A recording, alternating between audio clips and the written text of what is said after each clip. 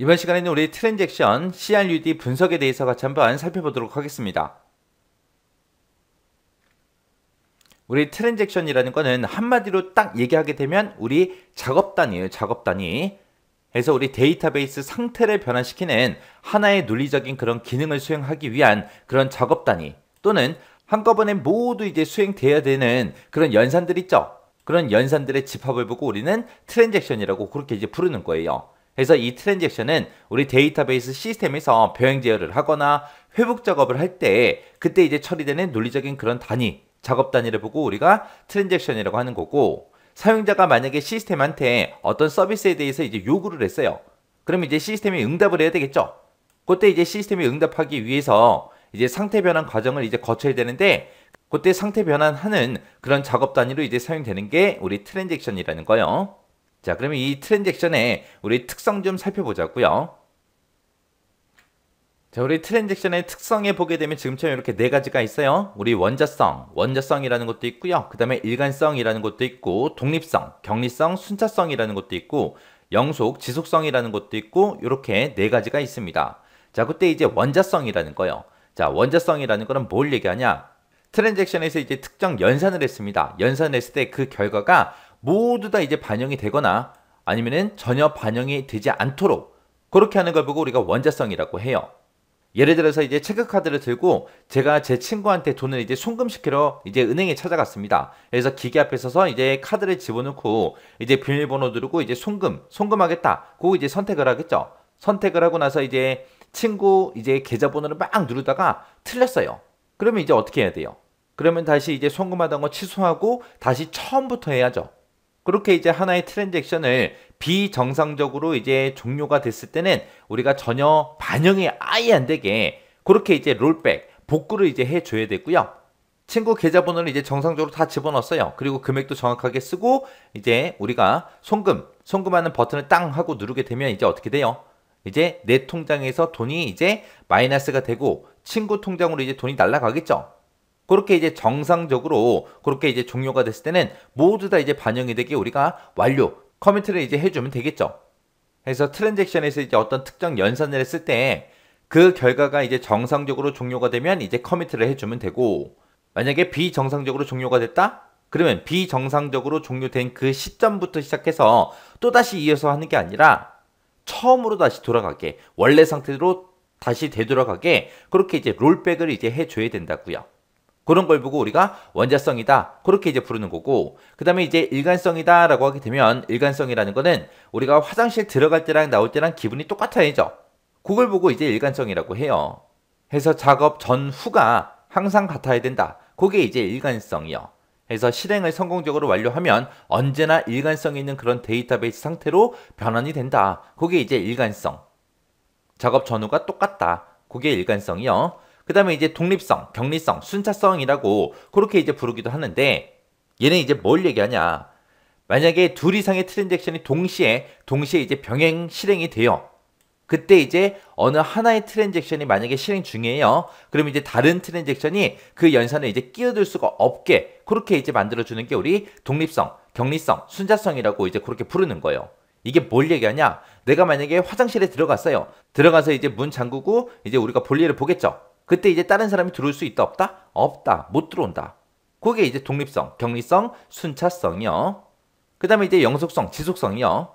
이제 트랜잭션이 이제 성공적으로 이제 완료가 됐어요. 그랬을 때 이제 그 결과는 시스템의 고장이 나든 안 나든 무조건 이제 영구적으로 그렇게 이제 반영이 돼야 된다. 그걸 이제 얘기하는 거예요.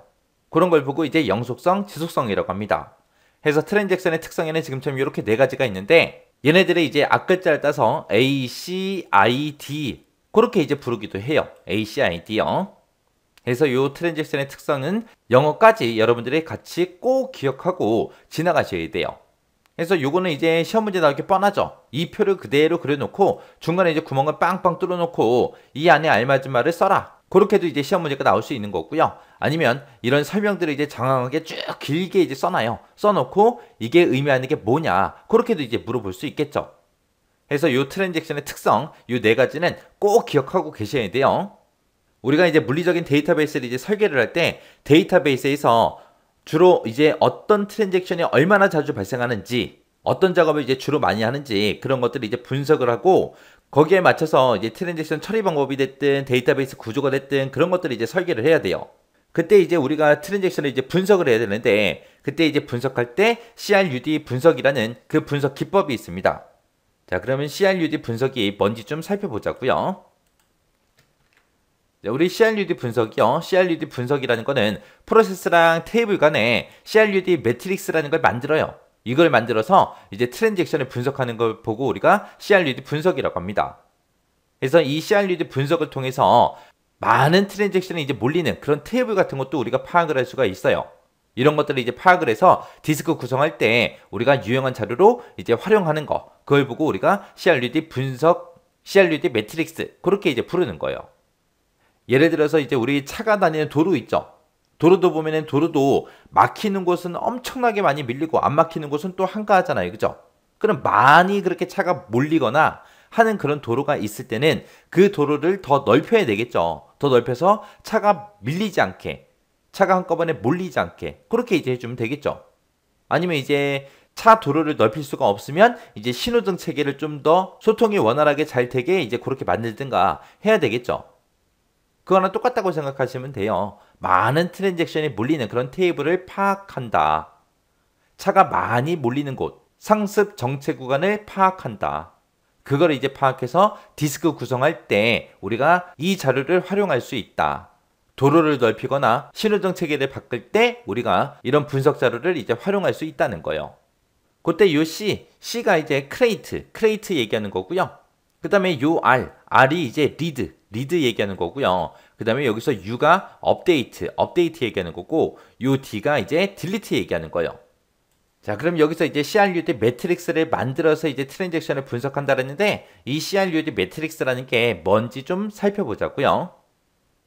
CRUD 매트릭스 하고 있는데, CRUD 매트릭스라는 거는 지금처럼 이렇게 생긴 거예요. 이런 표를 보고 우리가 CRUD 매트릭스라고 그렇게 이제 부르는 겁니다. 그래서 이 CRUD 매트릭스라는 거는 2차원 형태의 표로 생겼다. 해서 행에는 주로 이제 프로세스를 적고요. 열에는 이제 우리가 테이블을 이제 적습니다. 해서 행과 열이 만나는 그 위치에다가 프로세스가 이제 테이블을 발생시키는 그 변화 있죠. 그 변화를 이제 표시해서 프로세서와 그 데이터 간의 그 관계를 이제 분석하는 그런 분석표를 보고 우리가 CRUD 매트릭스라고 그렇게 이제 부르는 거예요. 그래서 우리가 CRUD 매트릭스 통해서 트랜잭션이 이제 테이블에 수행하는 그 작업, 어떤 작업을 하는지 그걸 이제 검증하는 거고요. 그때 이제 우리 CRUD 매트릭스 안에다가 우리가 크레이트다, 리드다, 업데이트다, 딜리트다 해서 여기서 이제 앞글자만 이제 우리가 이용해서 적어주면 돼요.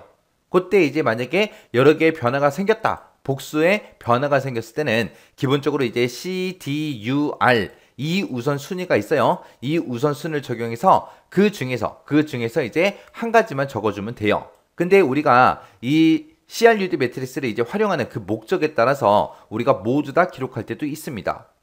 자, 예를 들어서 이제 주문 변경이라는 이 프로세스가 있어요. 이 프로세스를 이제 실행하려면 이 테이블에서 이제 데이터를 이제 먼저 읽어와야 되겠죠. 주문을 이제 변경하는 거니까 주문된 게 뭔지 일단은 그 데이터를 읽어와야 돼요. 읽어오고 나서 그거를 확인하고 그리고 어떻게 이제 변경을 할지 이제 수정을 해야 되겠죠.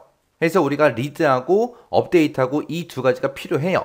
근데 이 R하고 U하고 이 두 가지만 봤을 때 우리가 우선 순위를 따져보면 U가 더 높죠. R보다는 U가 우선순위가 더 높으니까 그때 이제 우선순위가 높은 그 U만 이제 표시를 합니다. 그 얘기예요. 한 가지만 적는다. 그 얘기가 요 얘기요. 근데 활용 목적에 따라서 이 두 가지 모두 다 이제 쓸 때도 있다는 거예요. 그런 식으로 해서 이제 CRUD 매트릭스가 만약에 완성이 됐어요. 완성이 되면 CRUD 이 중에서 어느 곳도 안 적힌 그런 행이 됐든 열이 됐든 그런 게 있을 거예요. 아니면 C가 됐든 R이 됐든 이런 게 없는 그런 열이 있을 거예요. 그런 것들을 이제 확인해서 불필요하거나 누락된 그런 테이블 있죠. 그런 프로세스 같은 것들, 그런 것들을 이제 찾아주는 겁니다. 만약에 지금처럼 이렇게 온라인 쇼핑몰이 있을 때 그때 이제 CRUD 매트릭스 예시하고 그렇게 이제 나온 거예요. 여기에 보니까 이제 프로세스가 있죠. 여기 보니까 이제 테이블하고 있습니다. 자, 회원이라는 테이블도 있고 상품이라는 테이블도 있고 주문이라는 테이블도 있고 주문 목록이라는 테이블도 있고요. 제조사라는 그 테이블도 있습니다. 그때 만약에 특정 사용자가 들어와서 신규로 이제 회원 등록하려고 해요. 그러면은 회원 테이블만 사용하겠죠. 그때 그 한 사람에 대해서, 신규 회원에 대해서 이제 회원 테이블을 우리가 크리에이트 만들어 줘야죠. 그때 이제 신규 회원 등록할 때 상품 테이블이다, 주문 테이블이다, 주문 목록이다, 우리 제조사다 해서 이런 테이블들은 쓴다 안 쓴다? 안 쓴다. 회원 테이블 하나만 쓴다. 그때도 뭘만 한다? 크리에이트, 생성만 하더라. 그 다음에 이제 회원 정보를 만약에 변경한대요. 변경을 한다. 그 얘기는 기존에 써있던 게 있었다는 얘기잖아요. 그러면 이 회원 테이블에서 그 회원의 정보를 일단은 리드, 읽어와야죠. 읽어오고 나서 거기서 뭐 잘못된 부분이 있거나 아니면 수정하고 싶은 부분이 있을 때는 우리가 업데이트를 해주면 됩니다. 그때도 이제 상품 테이블, 주문 목록이다, 제조사다 이런 테이블들은 사용하지 않는 거죠. 그리고 나서 이제 주문 요청이 들어왔어요. 주문 요청을 할 거예요. 주문 요청을 할 때는 일단은 그 회원이 어디 사는지, 이름이 뭔지, 아이디가 뭔지 그런 것도 일단은 알아와야 되겠죠. 그래서 이 회원 테이블에서 그 회원에 대한 정보를 먼저 읽어요. 읽고 그리고 상품 테이블에 들어있는 상품들 있죠. 그 상품들을 싹 다 긁어서 이제 회원들한테 보여줘야죠. 우리 온라인 쇼핑몰에는 이런 상품이 있습니다 라고 그 상품을 다 보여줘야 되니까 이 상품 테이블에 있는 것도 전부 다 읽어와야 되고요. 그 상품들 중에서 이제 어떤 물건을 사겠다 주문을 이제 하게 되면 이제 주문 테이블이 이제 크리에이트 생성이 되는 거죠. 그렇게 해서 이제 여러 개 물건을 만약에 주문했어요. 주문하게 되면 이제 주문 목록이라는 테이블이 이제 또 크리에이트 생성이 됩니다. 그리고 만약에 주문 변경한대요. 주문을 변경한다. 그 얘기는 기존에 주문을 했던 게 있다라는 얘기잖아요. 그래서 일단은 주문된 거를 먼저 읽어오고 그리고 주문 목록을 이제 읽어와야죠. 읽어오고 나서 거기서 이제 주문을 변경하면 이제 업데이트가 이루어지는 거죠. 이런 형태로 이제 우리가 CRUD 매트릭스를 우리가 이렇게 이제 작성하는 거예요. 그 다음에 이제 트랜잭션 분석이요.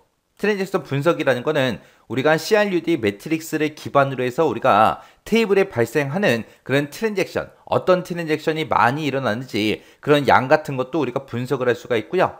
그리고 테이블에 이제 저장되는 그런 데이터 같은 것도, 데이터의 양 같은 것도 우리가 유추도 할 수 있고요. 이거를 근거로 해서 이제 데이터베이스의 용량 같은 것도 우리가 산정을 할 수 있는 거고, 그리고 데이터베이스의 구조도 우리가 최적화를 시킬 수 있습니다. 그래서 트랜잭션을 분석하는 그 목적이 뭐다? 데이터베이스의 용량 산정, 그리고 구조의 최적화, 이거를 목적으로 하는 게 우리 트랜잭션 분석이다. 그래서 이 트랜잭션 분석은 업무 개발 담당자가 수행을 합니다. 이렇게 이제 트랜잭션 분석을 하게 되면 우리가 프로세스에서 여러 개 이제 프로세스에서 과도하게 접근하는 그런 테이블 같은 것도 우리가 확인할 수 있어요. 그리고 이렇게 이제 집중적으로 접근하는 그런 테이블 같은 경우에는 하나의 디스크에다가 우리가 넣어놓게 되면 그 한 디스크에 엄청나게 많이 접근을 하겠죠. 왔다 갔다 입출력이 많이 일어나겠죠. 그래서 이렇게 집중적으로 접근하는 그런 테이블 같은 경우에는 여러 개 디스크에다가 우리가 분산 배치해 주면 돼요.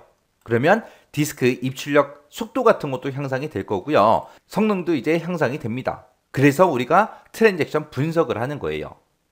자, 이번 시간에 배운 이 트랜잭션이랑 CRUD 분석하는 거 있죠? 요거는 이제 시험 문제 자주 나와요. 자주 나오니까 트랜잭션의 특성 같은 것들 정확하게 여러분들 알고 계셔야 되고요.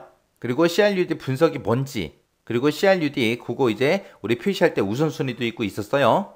그리고 특징도 여러 가지 있었죠. 그런 특징 같은 것들 정확하게 알고 지나가셔야 돼요.